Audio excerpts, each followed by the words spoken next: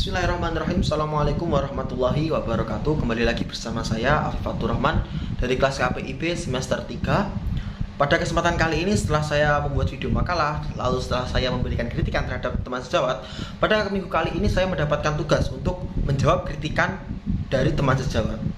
Kemarin setelah saya memberikan video pemaparan tentang makalah saya, ada salah satu teman saya memberikan kritikan kepada saya, yaitu Mas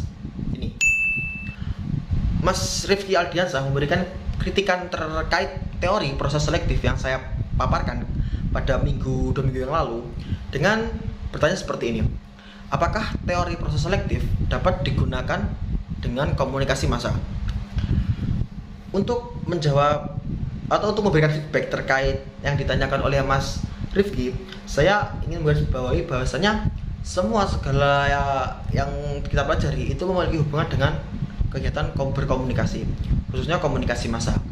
Sebelumnya saya menjelaskan bahwasanya pada teori proses selektif itu saya mengatakan dapat dijadikan sebagai filter, yang mana filter tersebut dapat menyaring berita-berita yang ingin kita terima ataupun berita-berita yang ingin kita sampaikan atau kita sebarluaskan.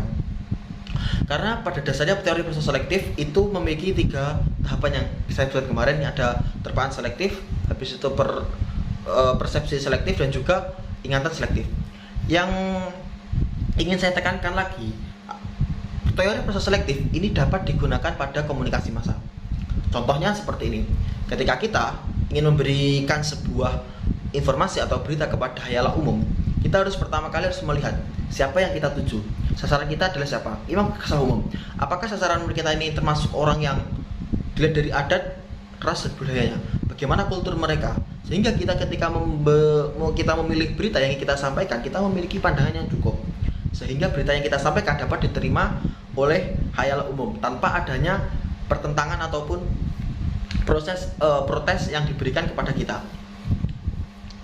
Contoh gampangnya, ketika kita memiliki objek sasaran itu untuk anak-anak, pastinya kita memberikan edukasi atau pengetahuan kepada anak-anak, tidak menggunakan kalimat-kalimat yang ambigu sehingga anak-anak sukar untuk memahami.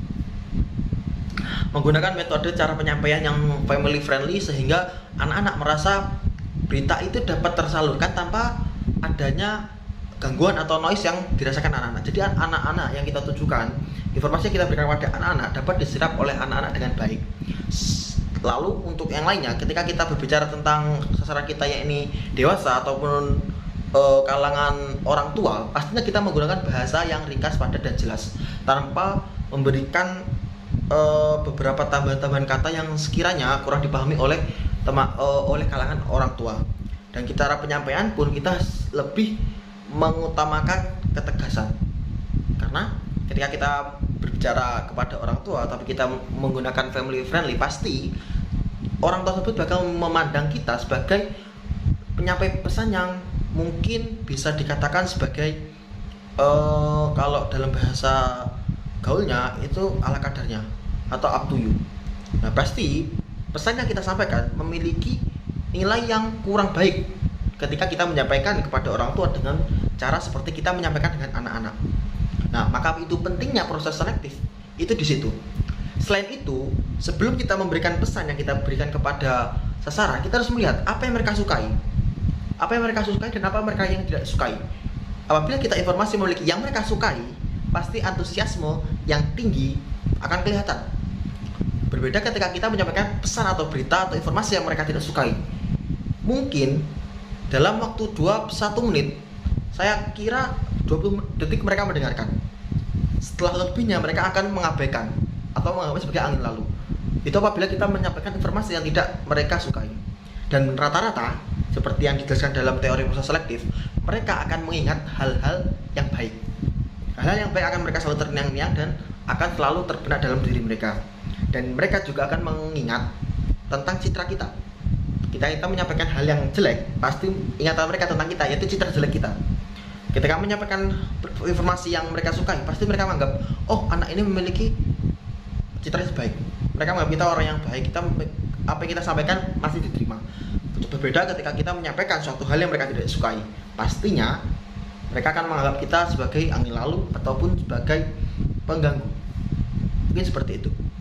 Jadi untuk Mas Rifki, saya katakan bahwa teori proses selektif ini sangat berfungsi atau sangat berguna ketika kita ingin menyandingkan dengan komunikasi massa, apalagi ketika kita mendapatkan atau memilah ataupun ingin meng-up ataupun menyebarluaskan tentang pesan-pesan atau informasi kepada khalayak umum. Proses teori selektif ini dapat digunakan sebagai filternya dalam penyampaian pesan ataupun penerimaan pesan. Mungkin itu yang dapat saya berikan feedback kepada Mas Rifki. Apabila ada kata-kata yang kurang berkenan ataupun banyak salahnya, saya mohon maaf. Saya mengetahui bahwasanya saya hanyalah manusia biasa yang tak luput dari dosa dan lupa, dan saya jauh dari kata sempurna. Mungkin cukup sekian. Wabillahi taufiq wal hidayah. Wassalamualaikum warahmatullahi wabarakatuh.